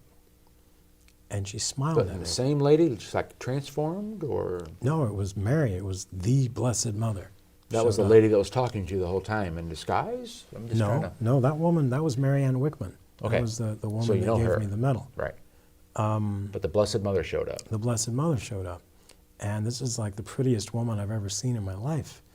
And she smiled at me, and I knew I did not deserve that smile. I was acutely aware of my 146 assisted abortions. And it was just the most incredible happening. And she takes me by the hand that has the medal in it, and she turns me around. And Divine Mercy Jesus is standing behind me. And I've got these rays of light going around me and under me and through me. And I don't know what Divine Mercy is. I don't know what these rays of light mean. Did you know that this was Christ? I mean, for I- some, I- okay, yeah, you I were knew it was Baptist Jesus. at one time. Yeah, I knew it was Jesus, but I didn't know what divine mercy Jesus Right. was. You know, and I knew instantly that I did not sell my soul to the devil when I was 13. You know, I knew that all my New Age and Satanism and occultism and magic was fake. You know, and I knew that everything Catholic was truth. Wow, I think your next book ought to be called From Saul to Paul. This is great, Zachary. I'm finally glad for the listeners as well that we are getting to the point where God's love, because you know everybody likes to hear about God's love, and just Right. it's inspiring. And All right. the Blessed Mother told me my job was to help her end abortion. And I opened my hand and I was back in my store. This woman is still talking to me. She tells me, Did you do one of these? You know, like looking around. What happened here? and she tells me where she goes to Mass and gives me the address. And she told me that she was Father Joseph Whalen's personal assistant in the St. Raphael Healing Oil Ministry. And I have no idea who these people are. And while she's talking to me, her cell phone rings. And she looks at it and she goes, "Oh, this is Father Joe. I've got to take this call." You know, I was like, "Well, you just said he's the busiest priest you met, you know, and all that. Go ahead and take the call." And so at that time, Father Joe was going deaf, and he talked like everybody was going deaf. And she takes the phone call. She's like, "Father Joe, what can I do for you? Can you hand the phone to the young man you're talking to?" You know, and she's like, "Oh, here And you you go." can hear this, right? I can hear this. She hands me the phone. I'm shaking like Ozzy Osbourne. You know, I'm like, "Hello? Welcome to the faith." Hand the phone back to Marianne. So, yeah, thank you, Father. And then we got like 2 more phone calls like that. Then her daughter comes up to the counter and she says, "Would you bring this man one of each of everything?" And her daughter disappears. And she comes back and one of each of everything. You know, there's like, I don't know, 200 Lighthouse Catholic media discs and pamphlets. Why do Catholics do this or believe that? And I got a Catholic Bible. And then the next day, I went to daily Mass for the first time. I took a friend with me. And at the consecration, I saw Jesus. I thought everybody in the room saw the same thing. I thought, wow, this is like the best kept secret from me ever. You know, like, and I turned to my friend and I said, "You see that?" She said, "What?" I said, "That guy up there." She goes, "What guy?" I said, "The guy on the stage." She goes, "That's the priest." I said, "No, the other The stage, guy." I like that. For the altar, I like it. I said, "The other guy." And she says, I don't see another guy." And I said, "You don't see it because you're not Catholic." Because I thought everybody in the room was Catholic. Everybody could see Jesus at the consecration. It was still a few days before I found out that I was the only one seeing this stuff. You know, and then finding out that there was a place called Perpetual Adoration where I could go and see Jesus anytime. And I was like, is there like a sign-up sheet for that? Do I have to like add my name to a list and then eventually they'll call me when it's my turn to go? You know, and she's like, "No, you just go anytime." You know, which didn't make any sense to me. There's a line to get in to see Elvis and he's been dead for 40 years. So, you know, I go and shock number 1, our car was the only other car in the parking lot. You know, shock number 2, Oh, there's yeah. there's no line to get in. Shock number 3, we enter the chapel and it's me and my assistant and Jesus. And, It is the and- best kept secret, isn't it? and this woman, yeah, It's and this woman looks up like a deer in the headlights and packs her stuff as fast as she could go. her hour's up. I mean, if this was an Olympic event, she got gold. And then she just announced, "You can't leave till someone else comes in," and bam, she's out the door. You know, and I'm thinking, why would I leave? I'm in a room with God. You know, that became my normal hangout, anywhere from 1 to 18 hours a day. So this led you into RCIA, Yes, because obviously they're taking care of you, right. and the power is amazing. They got me a spiritual director. My first director was Father Anthony Gramlich. He's the rector for the National Shrine of Divine Mercy in Stockbridge, Massachusetts. And he said I at least needed a deliverance and I might need an exorcism. So I went back to Monsignor, and that was the priest that was bringing me into the church. And I told him, this is what Father Anthony says. And he said, well, one thing, he goes, you're sitting in front of the Blessed Sacrament for 18 hours a day. There's no demon willing to do that. Right. He goes, and second of all, he said, at your conversion, Mary and Jesus showed up. That scared the hell out of anything that was with you. He said, so he did a deliverance on me, but I didn't get an exorcism. And I had satanic gifts that I didn't know that I had, and they left when I got my deliverance. I no longer had them. And this happened in January of '08. I officially entered the Catholic Church in May of '08, and I worked a little bit with St. Raphael for a couple of years. And then the Blessed Mother told me I had to start my own ministry and, come up with a cool name. So it's like, okay. So I had taken Benedict as my confirmation name, my saint. And so I really like St. Benedict, but I really like Padre Pio as well. He's a rock star. And then I really like Blessed Bartolo Longo. And, and then I had a true devotion to the Blessed Mother. But I'm thinking the St. Benedict, Padre Pio, Blessed Bartolo Longo, Blessed Mother ministry doesn't roll off the tongue. And then I started thinking about, well, we're all about inclusion in this country, so I should do All Saints Catholic Ministry.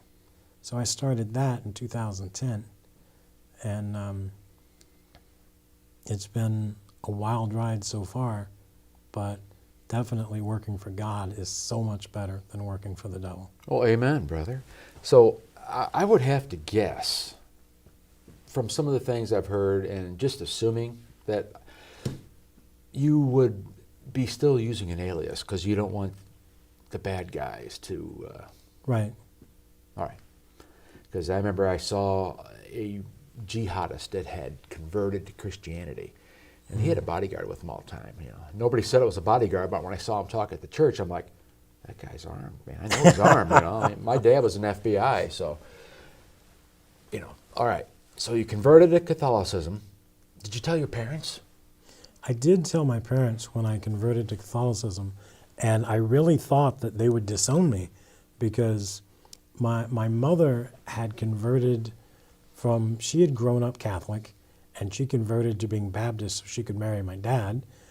And then my dad, when I was a little kid, when I was between first and third grade, my dad would give me a ride to school and I would walk home. And both ways I passed a Catholic church. I never knew what this building was. I mean, I knew it's got stained glass windows, same as my Baptist church, and they've got a crucifix, we've got a cross. I didn't know the difference. And they've got this big bell that you hear ring X number of times a day. And every once in a while, I mean, at the Baptist church, the preacher wore a suit and his wife wore a flowery dress. Well, outside these places, there's like a man wearing a black shirt and a black jacket sometimes and black pants. No tuxedo. And sometimes it looked like he was wearing foot pajamas. I don't know what that was about. And then these women were dressed in blue, brown, or black dress that went from the top of their head down to the ground. Couldn't tell which woman was married to what man. And one day, I was walking past, and there was this nun out there. I didn't know there were priests and nuns, but this nun out there looked like love. If you looked up the word love in the dictionary, her picture would have been there. And I ran up to give her a hug. And she bent down, she knelt down, and she gave me a hug back. It was a really long hug.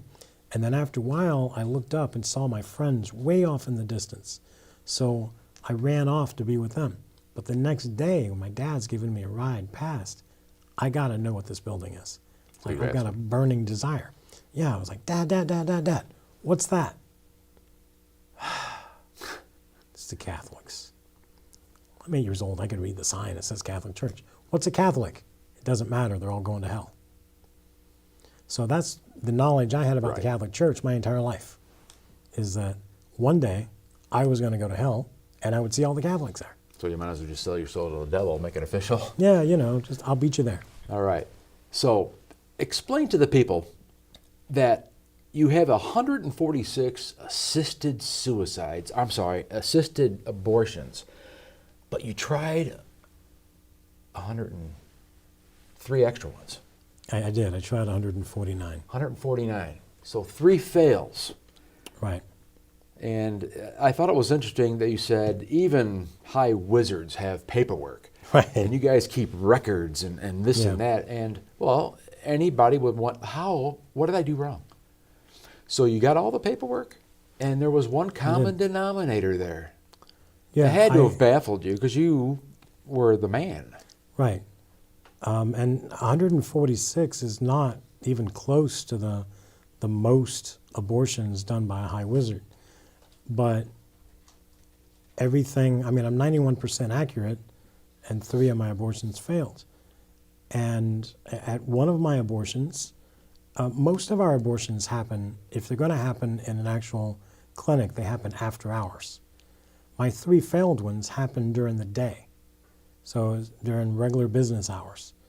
And I go into this place, and I have an entourage with me. We're going to do a magic spell, and the woman's there. She's a breeder. She knows why she's there.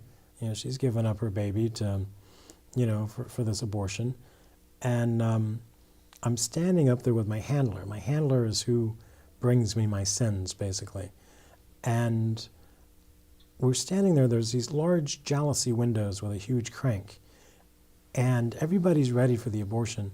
But I'm looking out across the street. We have a satanic biker gang on our side of the street. And they're flicking cigarettes over on the other side.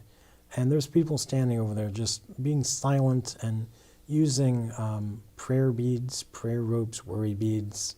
And these are all the things that I call them. I didn't know what they were. And at one point, all these people across the street drop down to their knees, and they pull out these worry beads.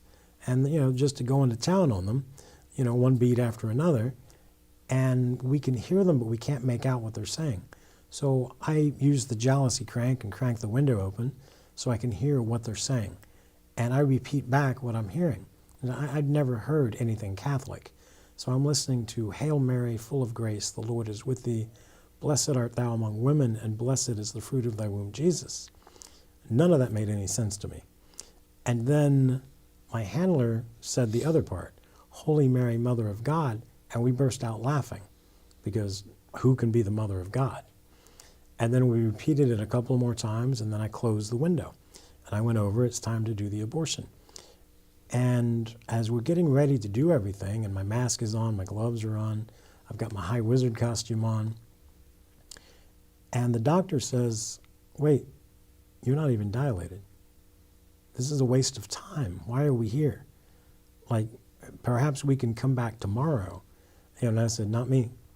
I got other stuff to do tomorrow, so I'm out of here.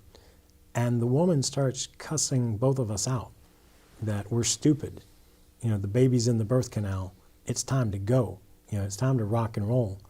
You know, and she tells me, is this your first rodeo too? Doesn't sound like her first rodeo. No, not hers. You know, and she asked me if it's mine, and I was like, no. She goes, we need to check because I'm dilated. And I said, I'm not a doctor. I couldn't tell you if you're dilated or not. And the doctor's like, she's not. Trust me. And so, you know, she tells me, you need to get down there and get to business. You know, and I'm like, I'm not the doctor. I'm not the guy that does this. You know, and she's yelling at him some more. I ask him, are you sure? Can you check one more time? He checks again. She says, she's not dilated. We talk for like another 20 seconds, and we hear a baby cry. And we both look down, and the baby came out. Well, out of the womb murder. We're not going to kill the baby at this point. The baby came out, so it's going to be a social worker, a nurse, and an attorney that comes in and gets the baby adopted to a regular family. And there's people that want these babies. And it's a non-Satanist. And now we're done. You know, we walk out. Now I've got to do more paperwork. More divine intervention. I've got to do more paperwork because I've got a failed abortion. But then this time, this was my third one. And so when I got back to the office, I said, I need you to pull all the high wizard reports on failed abortions. So I want to read them all. I want to see what's the common denominator. But reading them all, every report said something about there being people there that were protesting, and that was a common denominator, but none of those people belonged to the same, it didn't say that they belonged to the same church or the same organization. Some of them didn't even belong to church. Oh, we come from all over. And there were people praying Jesus beads, Jesus rope, worry beads, all kind of different titles, but nobody called it a rosary. You're learning something new every day. And it wasn't until, like, I've been, on this side of things, and I saw people praying rosaries, and I was, it was like, the light bulb goes off. Oh my gosh, it's a rosary. That's what it was. That's what caused the abortions to fail. I never knew that's what, if Jesus or if God had put it in my head that it was a rosary,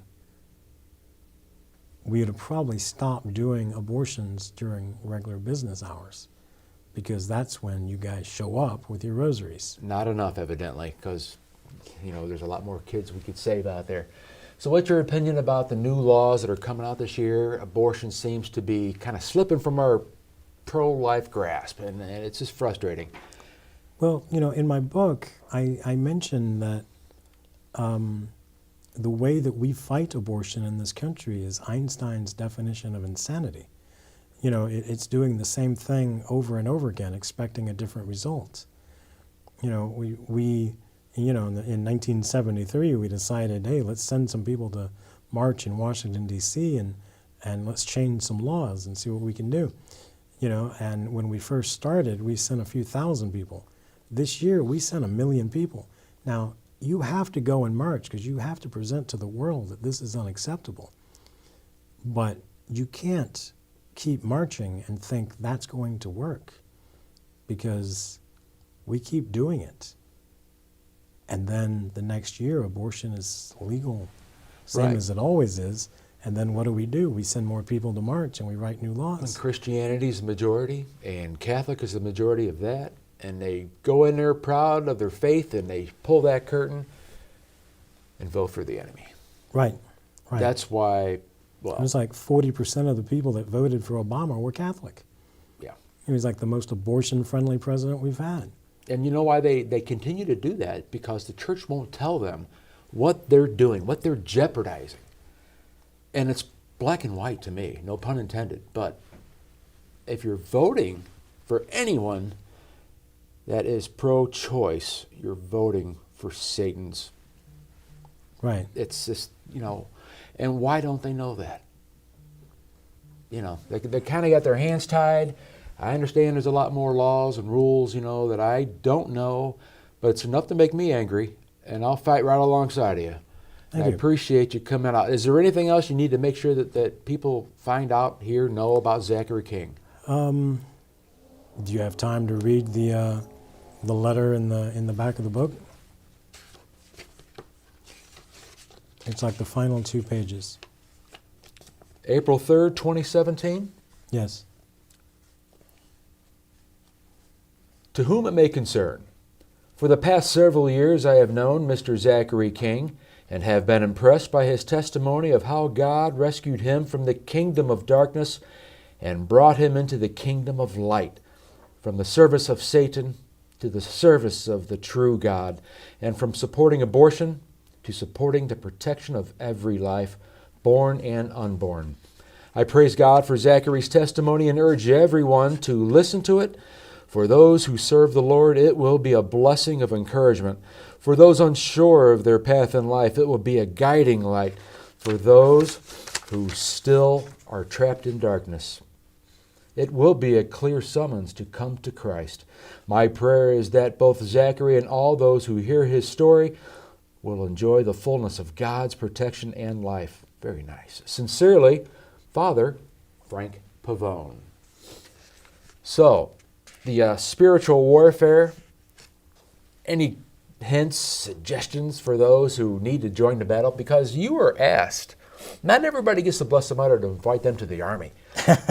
So, the spiritual warfare, I think that's why I was asked to do this, because I'm intrigued by it. It's one of those things that not everybody's comfortable with, and, here I am, send me, Lord. What can I do? We've, my CD set came out in December 2015, and we have shut down 39 abortion clinics around the world, including in Louisiana. There's 2 abortion clinics left. Praise God. So we're doing the best we can, but if somebody wants to check out my website, it's allsaintsministry.org, and I have videos on my YouTube channel. And, if you don't want to buy the CD set or buy the book, I have videos that tell you the different steps for how to shut down an abortion clinic through spiritual warfare. Or you can call me directly and ask me, and I'll tell you. So how long have you lost your sight? I started going blind in 2012. And completely gone now? I mean, I know you have a handler and a cane, and it's tough to get around, but wow, the Lord is obviously running your life, and you're happy and at peace. I mean, I've talked to you a couple times now, and it's noticeable. I mean, even though you have, troubles with, our senses. Right, but, my life is so much better working for God than it was working for the devil. Amen. And, I know who wins in the end. So does the Blessed Mother, isn't that cool? She's a cool lady. That's beautiful. Well, Zach King, here, I'm going to shake your hand. Thank you for coming in and spending a little time with us and explaining that, folks, no matter what you think you've done, this man here can tell you that he can beat you at doing things that he shouldn't have done and bad stuff. But as the prodigal son was coming, God ran and met him, and now he's using this soldier in spiritual warfare, and it's fantastic. So the sacraments, get back to confession. You can and will be forgiven. Doesn't matter what you've done. Now, did you have a problem with that, thinking, how are they going to possibly forgive me? No, I truly believed that God could forgive anything. Were you baptized before, or did you get that too? No, I was baptized. Okay, that would have been nice, as though. a Baptist. Get that blood stuff off of you, Fantastic. Well, until we do this again, thank you again. That's Zachary King. My name's Matt Logman. This is SJEN TV, where it's a good day to be Catholic.